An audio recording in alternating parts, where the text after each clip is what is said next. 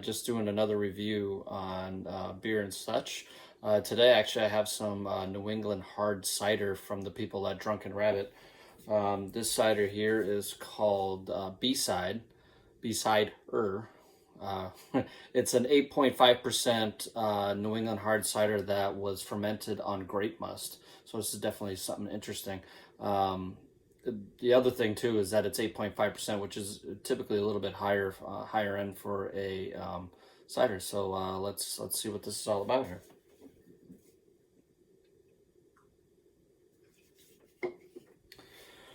All right, so right off the get-go here, it's fairly clear.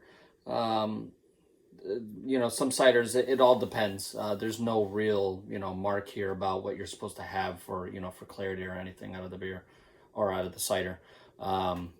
This one here, very light, kind of fizzy carbonation on it. The carbonation kind of varies depending on the type of cider that you're making. There's three types of ciders. There's a dry cider. So the dry cider would be more like champagne bubbles. Because it really just consumes all of the sugar, so that's why it's going to be a drier taste and more fizzy.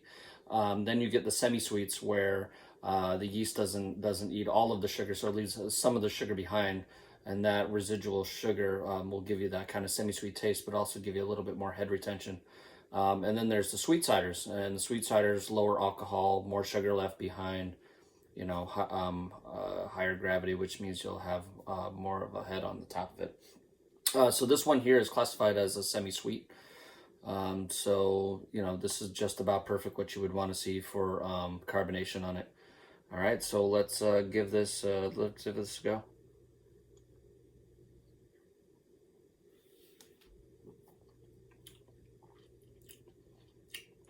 Yeah, so right off the get-go, I mean, the aroma, when you put your nose up to it, is you get a little bit of apple in there, but you get a whole bunch of like Concord grape, just like really natural grape flavor out of it.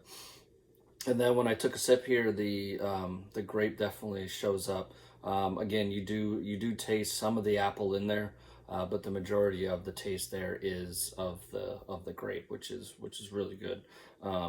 Sometimes you're worried about, when you add different flavors or whatever to a cider or a beer, that it might either come across as too sweet or too artificial or just too overpowering.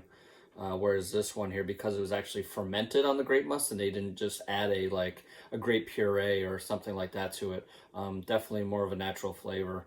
It doesn't taste like a fermented grape or anything. It just tastes like I said, just like a really fresh, like Concord grape.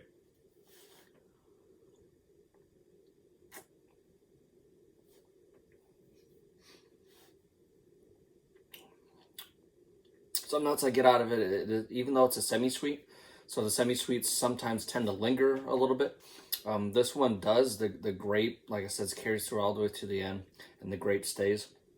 But the cider part of it just really kind of dries out right at the end. Very scary that this thing is clocking it at 8.5, because it definitely does not drink like one. It drinks more like maybe a 5% or a 6% cider.